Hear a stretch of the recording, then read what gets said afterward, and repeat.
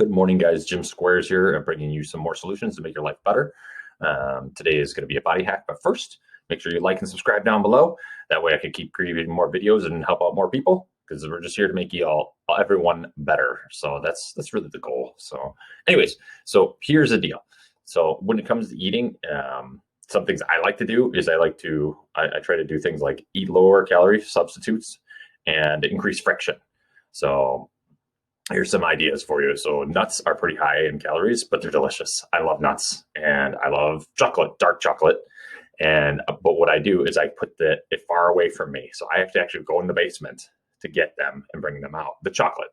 So the nuts, I actually have a little bit too handy. So I should probably move them in the basement. I don't have them there right now, but that is the farther away. What I'll do is you'll go in the kitchen, you'll be like, I want some chocolate. It's like, I don't want to go to the basement. Usually at the end of the day, you're kind of like, your energy is tapped and you're like, I'm not going down there. I'll just have something else. And you'll fill it with something else. But make sure you have something else that's like a low calorie substitute. That's where the second part of this comes in. So the first is to create friction. Make those things that are what you consider delicious or which are hard to say no to, or you're eating too much of, make it harder to get. You can put it in a Tupperware at the top shelf. You have to get a chair out to get it out. I'm 6'1", so that is not a problem for me. I just reach. So that hack didn't work for me, but it does make it harder for like my kids. So anyways, the first, create friction. Now, the second part is to come up with some low calorie substitutes. Some of those substitutes could be like carrots, celery. Now, those aren't super appealing to me. I will use that, celery in particular. But the one thing I do that works pretty well for me and for all my kids, which they've started eating all of mine, are flavored rice cakes. So not just the normal ones that taste like cardboard. Yes, they do taste dry. And yes, they're a little rough. So, but if you buy a package of them, get some chocolate or apple cinnamon. There's all kinds of flavors out there. And they really doesn't add many calories for what it is. And it fills you up pretty quick. So I would highly recommend using those. And you can throw some hummus on it. The chocolate one with hummus would taste a little weird, but what I would do if you want to, I don't know if I should tell you this, but it's like you could take the chocolate rice cake and you put whipped cream on it. It's delicious. The whipped cream is another low calorie thing, as long as you're not like using it with every single meal and every single snack. Some other things are if you have eggs handy, Greek yogurt, berries, popcorn, just make sure it's like some of that air popped popcorn, not the stuff that comes in the bag, because that's, who knows what's in that stuff. But it does taste great.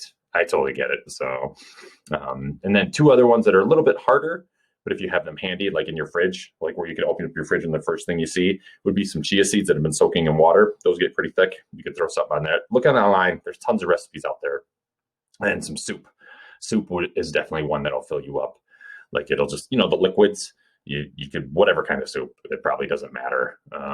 Probably stay away from the creamy ones. But I don't know if I have a bias, because I'm not into the creamy stuff. So that hopefully that helps you.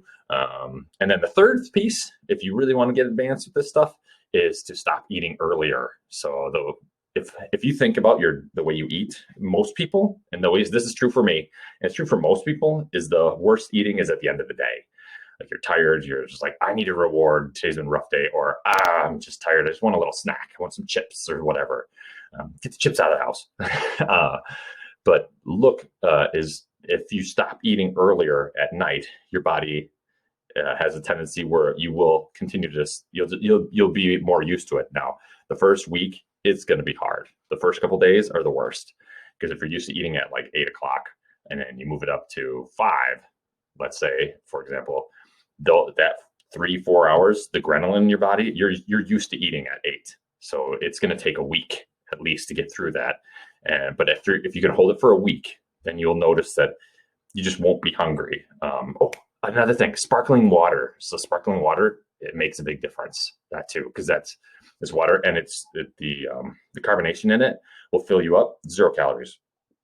So that was one I didn't write down, but I'm glad I thought of it, because that's something I do use a lot of. Like I drink a lot of water, and at the end of the night, I kind of want something a little different than sparkling water. You can get flavored ones. Doesn't matter. So, but make sure to I would look at the calories, because I'll start one with 0 calories. If you're not drinking it now, you might as well go right there. And then if it's not good enough, then go to ones like 10 calories or whatever. That would work too, especially if you're looking to to curb your eating at the end of the night.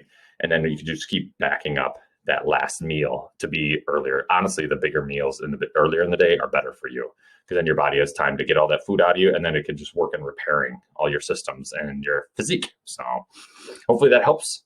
Those are the tips I use for create friction, lower calorie eating, stop eating earlier, and sparkling water is a big one. So keep growing together, and I'll see you next episode. Later.